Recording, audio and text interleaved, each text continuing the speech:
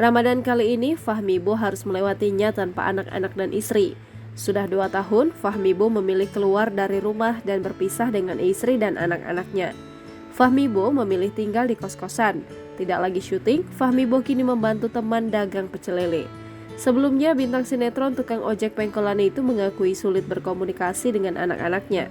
Menginjak usia 50 tahun, Fahmi Bo Ramadan kali ini memendam pilu rasa rindu kepada anak-anaknya.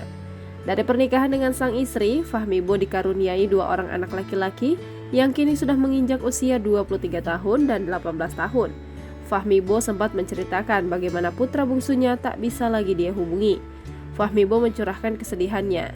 Bahkan saat dirinya mengucapkan selamat ulang tahun, putra bungsunya tak membalas.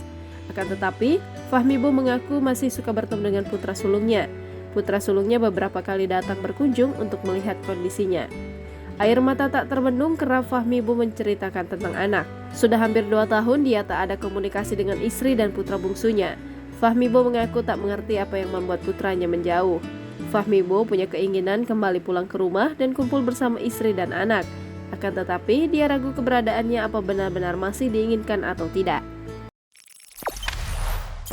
Jangan lupa subscribe, share, komen, dan like ya!